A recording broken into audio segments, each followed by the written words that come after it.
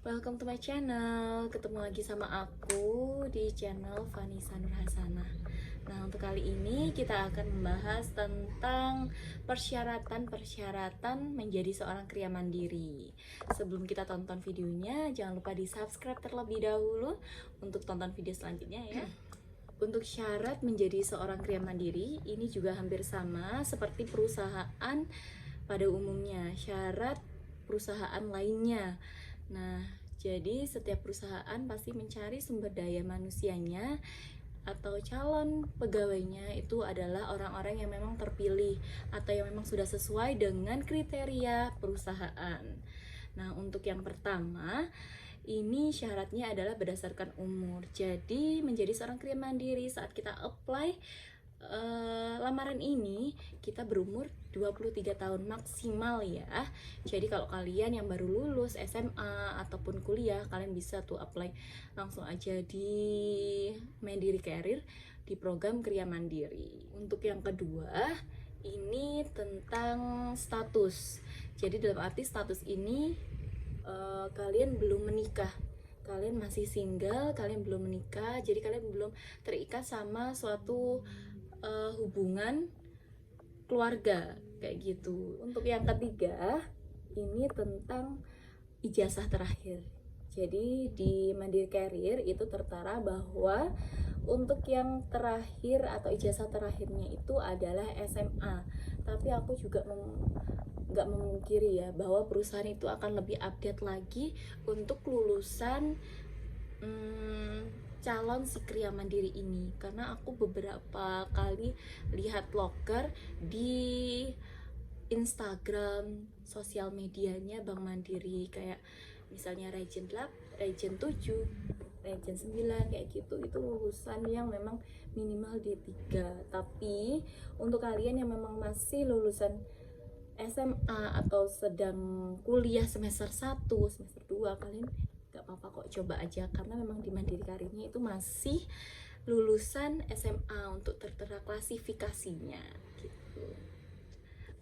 Untuk yang keempat, ini tentang tinggi badan. Nah, tinggi badan ini kadang-kadang banyak yang tanya ya ke aku, entah di DM, di komen YouTube, ataupun di komen sosial mediaku lainnya, TikTok dan lain sebagainya. Ini ada yang tanya juga untuk tinggi badannya berapa kak minimal untuk kriya mandiri ini. Nah, untuk kriya mandiri sendiri, berdasarkan informasi yang aku baca di Mandiri Career, itu minimal kak wanita 158, dan juga kalau laki-laki itu minimal 160 cm.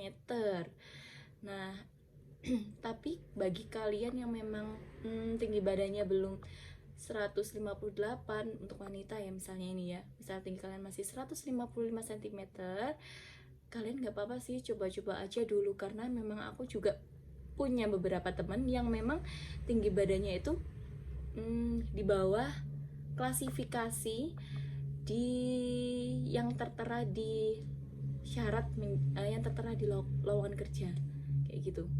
Jadi aku punya beberapa teman yang memang tinggi badannya itu di bawah standar 158 cm. Ada yang 155, 156. Itu tapi disimbangin sama berat badannya ya. Jadi dia untuk menutupi kekurangan dari poin yang ini, katanya sih pas saat tes itu dia pakai Van TOEFL-nya agak tinggi. Nah, kalian tuh bisa, jadi misalnya tinggi badan kalian itu kurang dari 158 cm, itu kalian akalin aja pakai Van TOEFL heels yang kira-kira 5 cm ataupun 9 cm itu juga bisa. Nah, itu kan tinggi kan, lumayan kan, misalnya 158, kalian pakai yang 5 cm itu kan udah agak membantu kalian juga gitu. Selanjutnya yang kelima. Nah, yang kelima ini sih bukan syarat kayak yang tertera di Mandiri Career ya. Jadi ini aku ambil berdasarkan beberapa pertanyaan dari teman-teman. Nah, yang sering aku dengar, dan bahkan aku juga dulu tuh pernah tanya ini ke dosen aku juga, yang memang sekarang dia jadi rekan kerja aku, jadi di bagian audit di perusahaan Bank Mandiri cabang Magetan itu untuk Pak. Nah aku dulu tuh pernah tanya kayak masalah gini, Pak kalau misalnya kerja di bank itu gimana sih, boleh nggak Pak kalau pakai kacamata, kalau minus itu boleh nggak sih, kayak gitu. Dan ternyata kalau yang pakai kacamata minus itu memang boleh, dan bahkan aku ini tuh minus, aku juga udah minus itu lumayan tinggi ya, -3. Nah tapi saat aku tes, mengikuti rangkaian tes, aku nggak pakai kacamata ya, jadi aku pakai softline terus gitu. Nah aku pakai kacamata itu setelah aku tanda tangan kontrak. Saat aku kerja itu aku pakai kacamata karena aku tipe orang yang memang nggak betah kalau misalnya harus pakai softline terus gitu. Jadi untuk kalian yang memang minus ataupun berat badannya memang kurang dari klasifikasi yang diminta oleh perusahaan, kalian jangan patah semangat dulu, kalian coba-coba dulu aja lah. Kalau misalnya memang rezeki kan nggak akan kemana ya, jadi kalian harus semangat aja terus, optimis, selalu berdoa. Nah itu sedikit video pengalaman dari aku, semoga video tentang pengalamanku ini bisa bermanfaat bagi kalian, bisa meningkatkan motivasi, optimisme, semangat untuk kalian juga yang sedang mengikuti tes di Bank Mandiri, dan juga bisa memberi informasi bagi kalian sehingga kalian nanti agar lebih siap dalam mempersiapkan tes di Bank Mandiri ini. Jangan lupa di like, di komen, and subscribe ya.